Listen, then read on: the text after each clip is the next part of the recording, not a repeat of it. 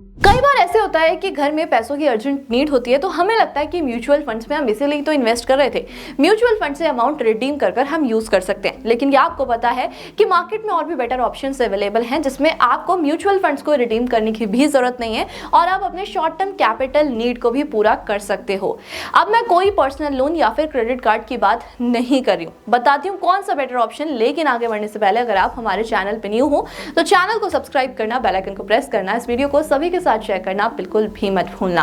अब सबसे पहले समझते हैं कि आखिरकार ये ऑप्शन क्या है और कैसे काम करता है। आप अपने म्यूचुअल फंड्स के अगेंस्ट लोन ले सकते हो। कैसे? जब भी आप किसी बैंक से लोन लेते हो तो आप कुछ कोलेटरल पर रखते हो, जैसे कि घर के पेपर हो गए या फिर गोल्ड हो गया, एटसेट्रा एटसेट्रा। उसी तरीके से आपको ना घर के पेपर रखने हैं ना गोल्ड, आपको अपने mutual funds as an collateral रखने हैं और उसके अगेंस्ट आपको लोन मिल जाता है। बट इसमें बहुत सारी चीजें ऐसी होती हैं जो आपको हमेशा ध्यान में रखनी है।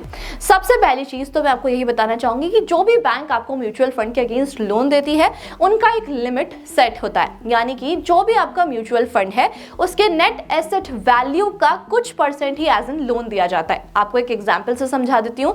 अगर HDFC का एग्जांपल लिया जाए तो HDFC ने लिमिट सेट की हुई है, अगर आपकी इक्विटी म्यूचुअल फंड है तो उसका 50% ही आपको लोन में दिया जाएगा, यानी कि उसके NAV का 50% आपको मिलेगा।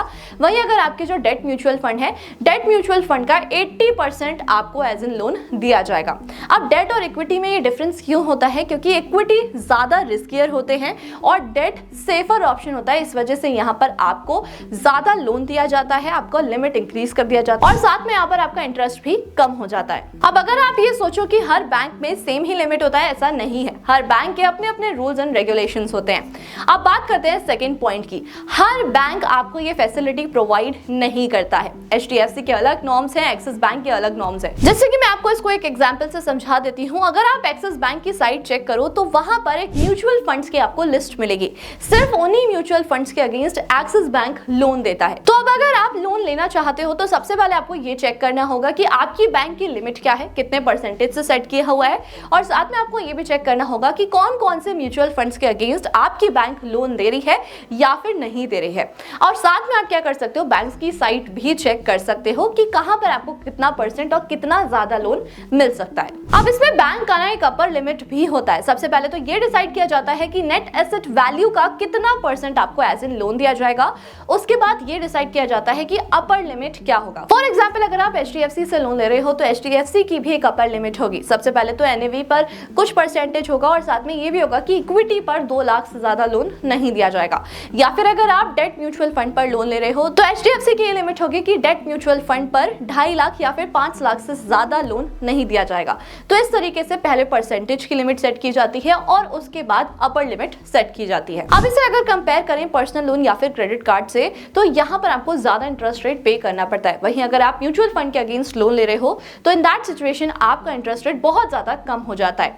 अब इक्विटीज पे तो ज्यादा होता ही है, लेकिन अगर आप डेट म्यूचुअल फंड के अगेंस्ट ले रहे हो तो आपका इंटरेस्ट रेट और भी ज्यादा कम हो जाएगा। अब क्योंकि आप म्यूचुअल फंड के अगेंस्ट लोन ले रहे हो तो आपके म्यूचुअल फंड्स कंपाउंड होते रहते हैं और आपको उसका रिटर्न भी मिलता रहता है, डिविडेंड भी मिलता रहता है। अब इसको आप एक एग्जांपल से समझ लो। अगर आपने म्यूचुअल फंड के अगेंस्ट लोन लिया है और उसमें आपको जो EMI पे करनी है या फिर कुछ परसेंट की EMI पे करनी है तो वो है 8%, लेकिन वही जो आपका रिटर्न आ रहा है वो लगभग 15% का आ रहा है, तो इन दैट सिचुएशन ऑल्सो आपके पास एडवांटेज है और आपको एक्स्ट्रा अर्निंग हो रही है। अब आपके माइंड में क्वेश्चन जरूर आया होगा कि क्या म्यूचुअल फंड के अगेंस्ट हम ओवरड्राफ्ट लिमिट सेट करवा सकते हैं? बिल्कुल, म्यूचुअल फंड के अगेंस्ट आप ये भी कर सकते हो। ओवरड्राफ्ट क्या होता है मैं आपको एक्सप्लेन कर देती हूँ।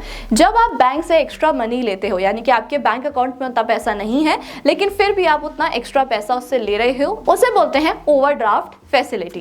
अब अगर इसके एडवांटेजेस की बात की जाए तो सबसे बड़ा एडवांटेज आपको ये मिलता है कि आपको लोअर कॉस्ट पर लोन मिल जाता है। जैसे मैंने आपको बताया था कि पर्सनल लोन और क्रेडिट कार्ड लोन में आपको ज्यादा इंटरेस्ट पे करना पड़ता है। तीसरी चीज, आपको अपने म्यूचुअल फंड रिडीम करने की कोई भी जरूरत नहीं है, वहां पर आपका रिटर्न कंटिन्यू आपको मिलता रहेगा। तीसरा और सबसे बड़ा एडवांटेज इसका ये मिलता है कि अगर आप जितना लोन ले रहे हो उसमें से कुछ ही अमाउंट यूज कर रहे हो तो आपको सिर्फ यूज्ड अमाउंट पर ही इंटरेस्ट पे करना होता है। फॉर एग्जाम्पल, अगर आपने 7 लाख का लोन लिया था, उसमें से सिर्फ 5 लाख आपने यूज किए तो सिर्फ 5 लाख पर ही आपको इंटरेस्ट पे करना पड़ेगा। शॉर्ट टर्म के आपके जितने भी नीड्स होते हैं आप इस लोन से फुलफिल कर सकते हो। और तीसरी चीज, इसमें आपको काफी ज्यादा क्विकली पैसा मिल जाता है बैंक के आपको ज्यादा चक्कर नहीं लगाने पड़ते। आपको बस एक बार चेक करना है कि बैंक्स के रूल्स एंड रेगुलेशंस क्या हैं, उसके अकॉर्डिंग आपको पैसा मिल जाता है। अब देखा जाए तो उसका सिर्फ एक ही डिसएडवांटेज होता है, जब तक आप लोन पूरा नहीं कर देते हो तब तक आपके फंड्स आपको वापस नहीं मिलते। अब देखा जाए तो सबसे ज्यादा एडवांटेजियस ये उनके लिए होता है जब मार्केट नीचे है और उनको पैसों की जरूरत है। अब लोग क्या करते हैं कि म्यूचुअल फंड्स बेच देते हैं। जब उनको अर्जेंट नीड होती है तो म्यूचुअल फंड्स को बेचना पड़ता है, भले ही उसका एनएवी बहुत कम हो रखा हो। तो इन दैट सिचुएशन अगर एनएवी गिरा हुआ है, मार्केट डाउन है, तो आप उन म्यूचुअल फंड के अगेंस्ट लोन ले सकते हो और साथ में उस अमाउंट को यूटिलाइज कर सकते हो। तो आपको लॉस में एग्जिट नहीं लेना पड़ेगा और आपको रिटर्न्स मिलते रहेंगे। तीसरी चीज इसमें ये होती है कि आपको एक और चीज देखनी है कि अगर आप लोन ले रहे हो तो उसका इंटरेस्ट इतना ज्यादा नहीं होना चाहिए कि आपके रिटर्न से बीट नहीं कर पाए। अगर आप किसी एनबीएफसी से लोन ले रहे हो और वहां पर आपको जो इंटरेस्ट रेट पे करना पड़ रहा है वो लगभग 12 से 13% का करना पड़ रहा है, और अभी जो आपका म्यूचुअल फंड का रिटर्न आ रहा है वो लगभग 14 से 15% आ रहा है, तो बेटर रहेगा अगर मार्केट ऊपर है तो आप म्यूचुअल फंड्स को बेचकर यानी एग्जिट लेकर उस अमाउंट को यूज करो। लेकिन अगर आपको ऐसा लगता है कि अभी मार्केट डाउन है, मुझे लॉस में एग्जिट करना पड़ेगा, तो आपको इससे लोन ले लेना चाहिए। साथ में जब भी आप लोन लेने जाओ तो बैंक से आपको पहले सारी चीजें कंफर्म करनी होंगी कि कौन कौन सी फैसिलिटी अवेलेबल है, कितना % इंटरेस्ट रेट पे करना पड़ेगा और क्या प्रोसीजर रहेगा। अब बहुत सारी बैंक्स का ऑनलाइन लिस्ट भी होता है कि कौन से फंड्स के अगेंस्ट आपको लोन मिल सकता है। जैसे मैंने आपको एग्जांपल दिया था एक्सिस बैंक का। जैसे कि मैंने आपको बताया कि अगर आपके पास इक्विटी म्यूचुअल फंड है तो उसकी वैल्यू का 50% आप एज एन लोन ले सकते हो। वहीं अगर आपके पास डेट म्यूचुअल फंड है तो आप उसकी वैल्यू का लगभग 80% एज एन लोन ले सकते हो। कंफ्यूजन यहाँ पर ये क्रिएट होती है कि क्या अगर हमारे पास मल्टीपल स्कीम्स हैं तो उसके अंडर लोन लिया जा सकता है। हमारे पास एक डेट म्यूचुअल फंड है और एक इक्विटी म्यूचुअल फंड है, तो क्या मैं सेम टाइम पर दोनों स्कीम्स के साथ लोन ले सकती हूँ? बिल्कुल ले सकते हो। आप सेम टाइम पर सेम बैंक से दोनों म्यूचुअल फंड के अगेंस्ट अलग अलग वैल्यू पर लोन ले सकते हो। वहीं अगर हम ईएलएसएस की बात करें यानी इक्विटी लिंक्ड सेविंग स्कीम की बात करें जिसमें आपका टैक्स बचता है, उस स्कीम के अंडर आप लोन नहीं ले सकते हो तब तक जब तक आपका लॉक इन पीरियड चल रहा है। जैसे आपका लॉक इन पीरियड खत्म हो जाता है आप उस फंड के अगेंस्ट भी लोन ले सकते हो। साथ में बात की जाए तो बहुत सारी कंपनीज अब इस प्रोसेस को बहुत ज्यादा सिंप्लीफाई कर रही है और साथ में पेपर वर्क भी हटाती जा रही है, तो आप लोगों के लिए ना ये प्रोसेस काफी ज्यादा आसान होने वाला है। सो आई होप आपको एक बेटर ऑप्शन मिला होगा अपने शॉर्ट टर्म कैपिटल नीड्स को पूरा करने के लिए एट लास्ट। अगर आपको स्टिल कोई भी कंफ्यूजन है आप मुझे कमेंट करके पूछ सकते हो। अगर अभी तक आपने इन्वेस्टमेंट स्टार्ट नहीं की है, आप स्टॉक में इन्वेस्ट करना चाहते हो, ट्रेड करना चाहते हो, तो उसके लिए आपको एक डीमैट अकाउंट की जरूरत जरूर पड़ेगी।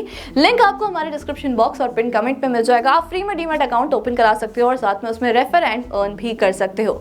इस वीडियो को जितना हो सके उतना शेयर कर देना ताकि सबकी हेल्प हो सके, और ऐसी इंफॉर्मेटिव वीडियोस को देखने के लिए हमारे चैनल को सब्सक्राइब करना, बेल आइकन को प्रेस करना बिल्कुल भी मत भूलना। Thank you so much.